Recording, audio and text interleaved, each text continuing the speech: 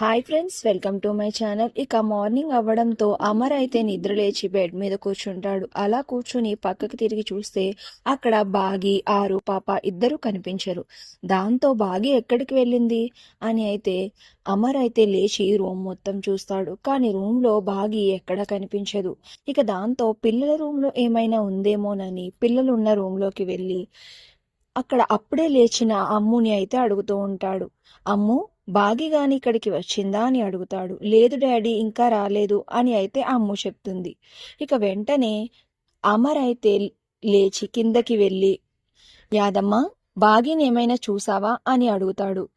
ఇక అప్పుడు యాదమ్మ, లేదు సార్, మేము చూడలేదు, పొద్దున్నుంచి కూడా కనిపించడం లేదు అని అనడంతో ఇక మనోహరిని పిలిచి కూడా అడుగుతాడు. ఇక మనోహరి కూడా లేదు అమ్మ, నేను చూడలేదు అని చెప్తుంది. దాంతో ఇక అప్పుడే అక్కడ ఉన్న రాతోడైతే బాగి కనిపించట్లేదు అని రాతోడు కూడా టెన్షన్ పడుతూ ఉంటాడు. ఇక అప్పుడే రాతోడు అంటూ ఉంటాడు, సార్ సీసీటీవీ ఫుటేజ్లో చూద్దాం ఒకసారి మేడం ఎక్కడికి వెళ్ళారు అని చెప్తాడు.